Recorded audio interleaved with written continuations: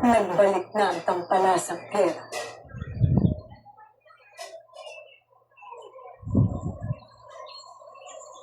Akala ko itulungan mo na akong tinakasan. Ito na rin akong nabuhay.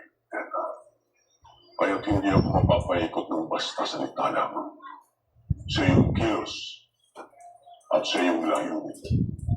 Diyan mapapatunayan ang iyong totoong katapatan. Pero sa ngayon, tatanggapin ko iyong pagkampi. Wait, pasok. Mayroong bagong iniuutos ang bathalang gagawin. Ano ang nais mong ipagawa? Isang misyon.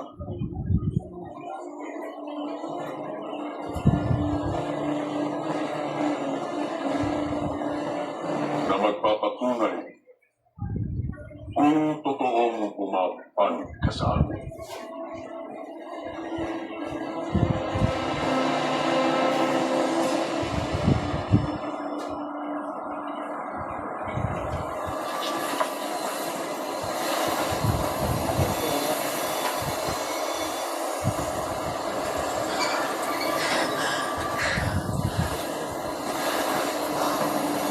As na mo, Narbel!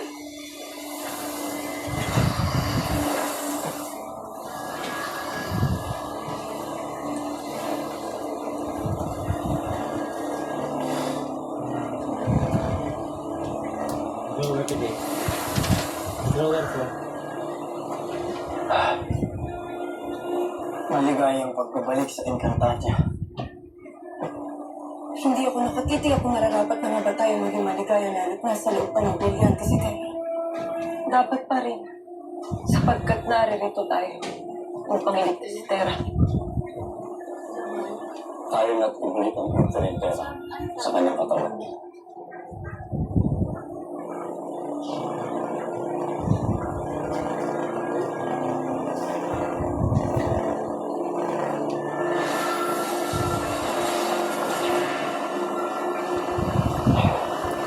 Kamusta na kaya?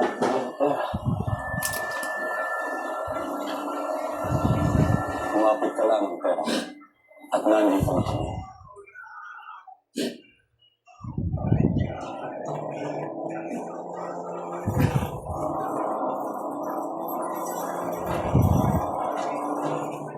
Opo, Lolo Master.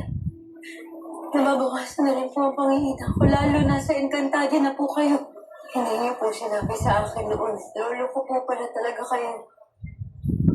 Pangako po. Kapag po ako nakalabas dito, yayakapin ko po kayo ng mahigpit.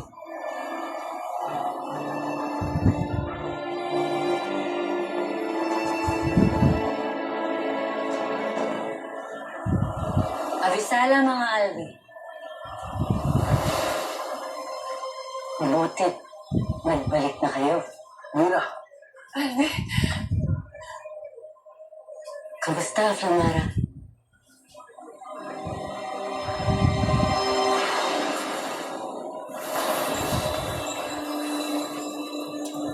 lumayo ka sa akin! Samara, bakit bigla na naman ang pag-init ng iyong ulo? Oo nga. Hindi ka ba nagagalak na makita akong muli? Hindi. Sapagkat hindi ikaw ang aking Albe.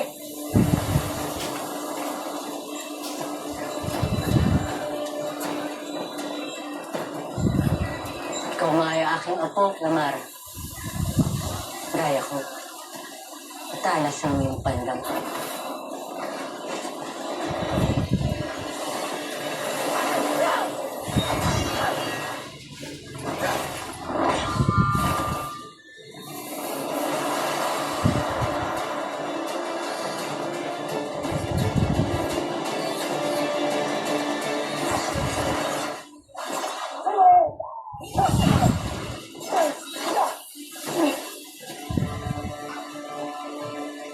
Bakit tila hindi ka masayang makita ako muli? Kung akala ko matagal ka nang naglaho, tayo. Ngunit wala ka pa rin palang ipinagbabago. Kapangyarihan pa rin ang iyong nais. Stop!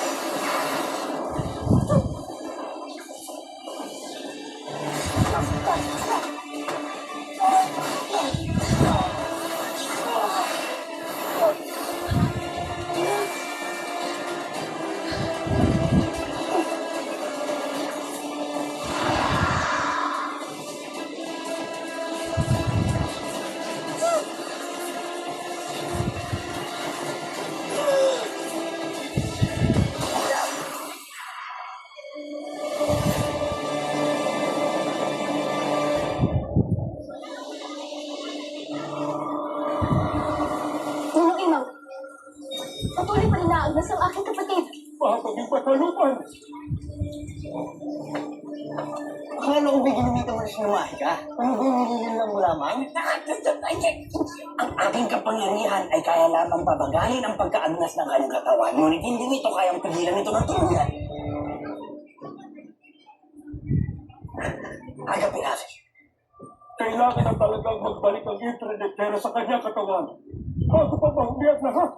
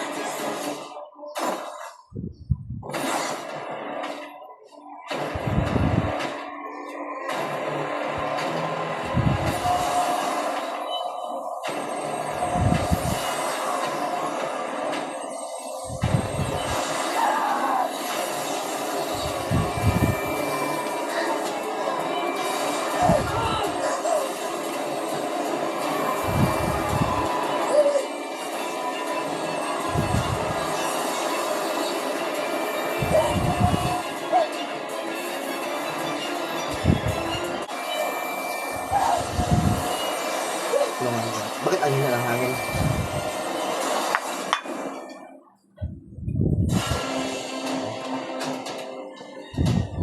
Girl, ano ba talaga? Akala ko pang main character ka na mabait na. Tapos makabalik ka sa pagkakontrabida mo ngayon? Pumili ka na ng isa. Ano?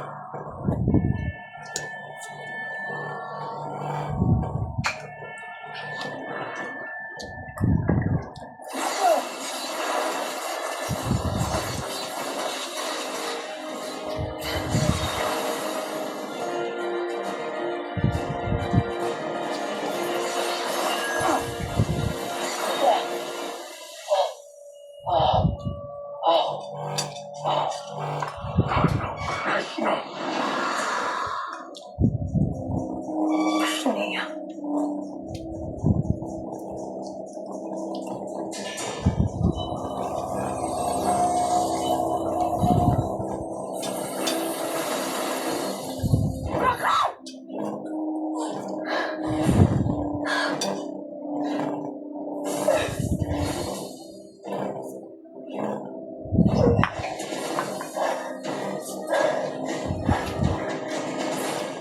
Adolf.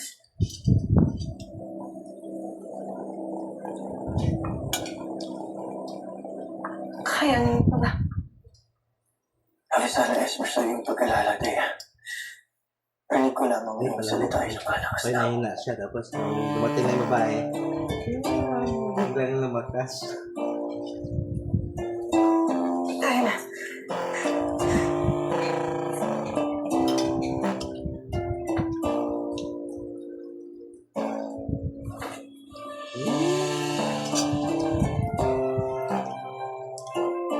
Hawak ko lang yan.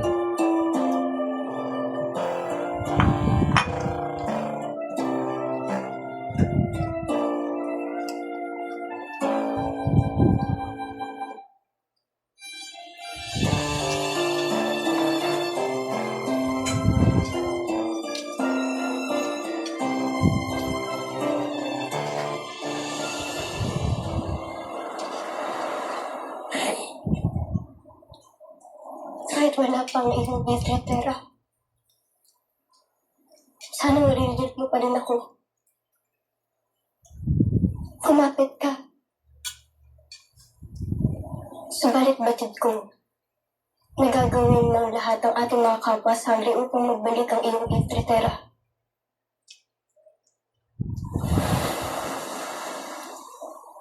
Ang resala, mga sangre. Nakuha niyo na yung itim na brilyante?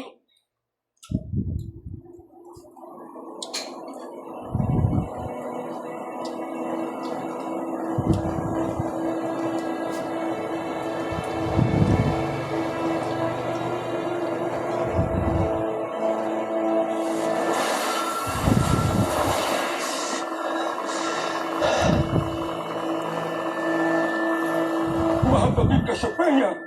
Ito pala ang sinasabing itim na brilyante. Agabi-agabi, ngunit ako'y nababangha at kinikinabutan din sa kapangyarihang tangkay ito. Ba't kayo umatras? Sapagkat may masamang epekto ito sa aming tagahawak ng mga brilyante.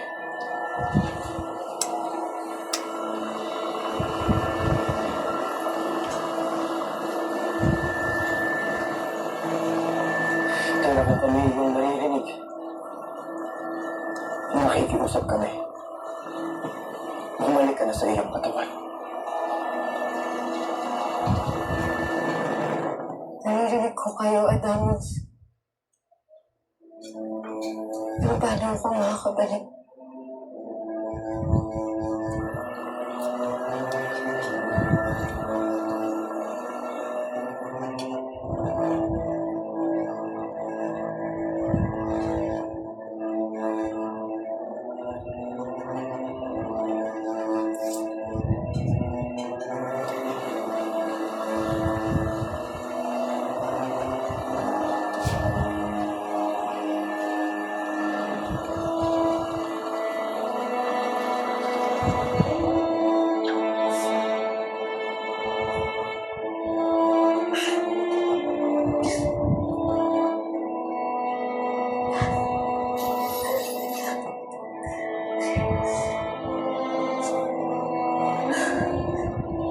Paano ako makakabalik?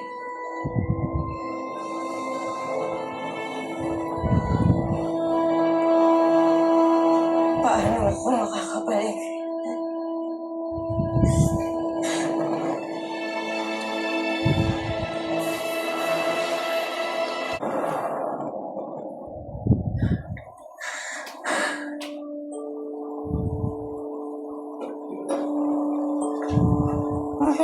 sa mood yung brilyante? Hipan niyo kaya? O lambing mo onti? Kira, hindi ito nakakatulog. Try niyo lang. Ano pa nga bang maaari natin gawin upang maibalik ang Eve Trinitera sa kanyang katawan? Maaari ba natin itong basahin sa balintataw ng lima? Kontre, Flamara. Ngunit matagal nang ninakaw ang aking balitaton. Maging kasyupay. Ang Akashik. Ang Akashik na ng ibaw. Maaaring magbukas na ito at masamit na ang ating mga katanungan. Siyang tunay.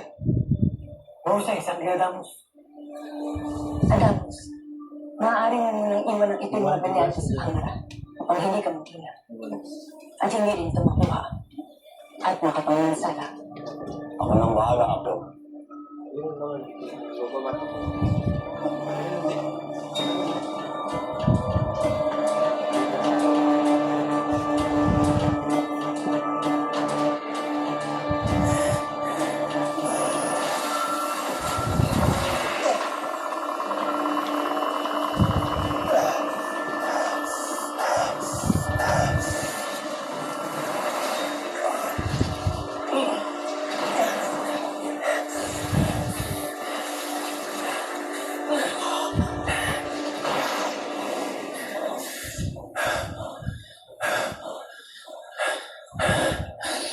Ang iyong brilyante aking alpe.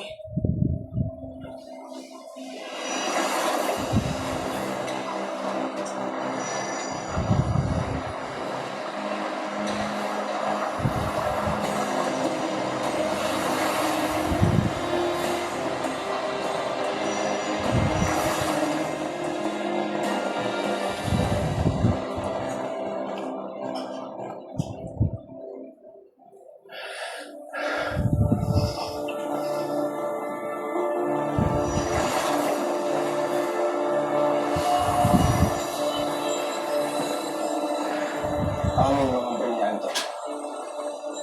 Ilabas ang Akashik upang malaman namin ang kasagutan sa aming katanungan.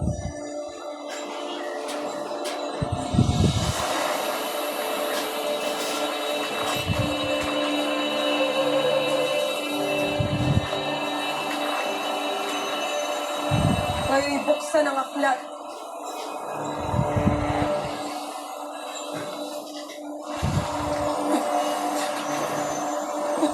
Bakit tila ayaw bumukas nito? Kulang kayo isa eh.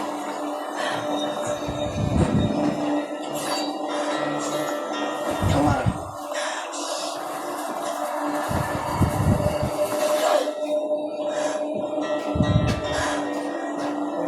Manimaw.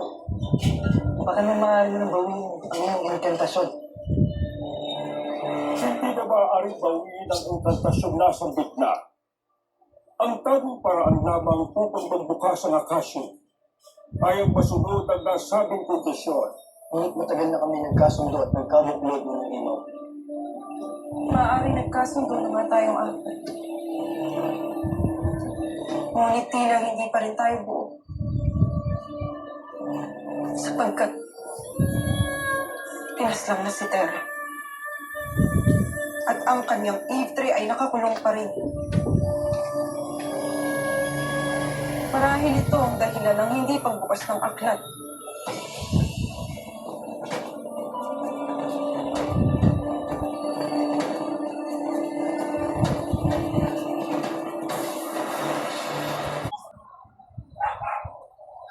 Mahal na Hara.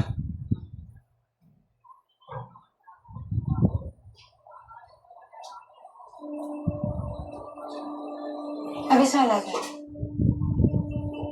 Nagbago na ba ang iyong isip at tatanggapin mo ng aking kabuya? Hindi, mahal na Hara. Ako lamang ay nag-aalala sa iyong kaligtasan. Lalo't kamamatay lamang ng nilalang na nagtangka sa iyong buhay. Kabisala sa iyong pag-aalala. Ngunit kaya kong pangalagaan ng aking sarili. Yun lamang ba? Nagbago na ang aking isip. Nais ko na tumanggap ng babuyan. Ngunit hindi ginto. O pilak ang nais ko. Sabihin mo sa akin kung ano yung gusto mo mangyari. Nais ko sana bigyan mo ko ng pagkakataon na maging iyong tagabantay. Isang kawal na laging nasa iyong tabi. Upang maging ligtas ka sa sino man ang magtangka sa iyo.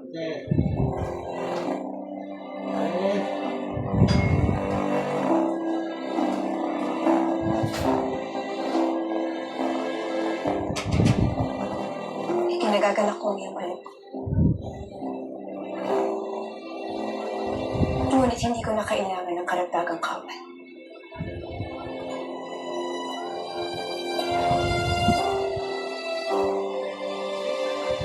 Sabi sa Reshma.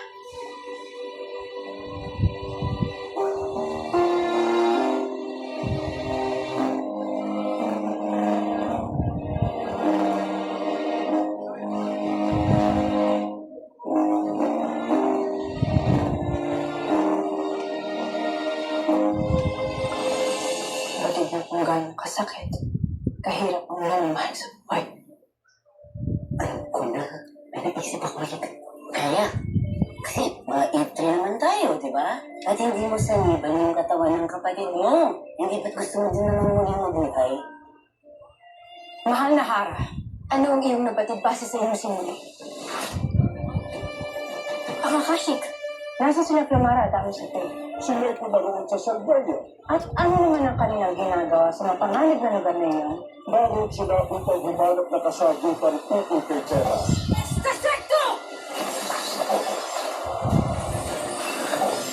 Tama na kayo.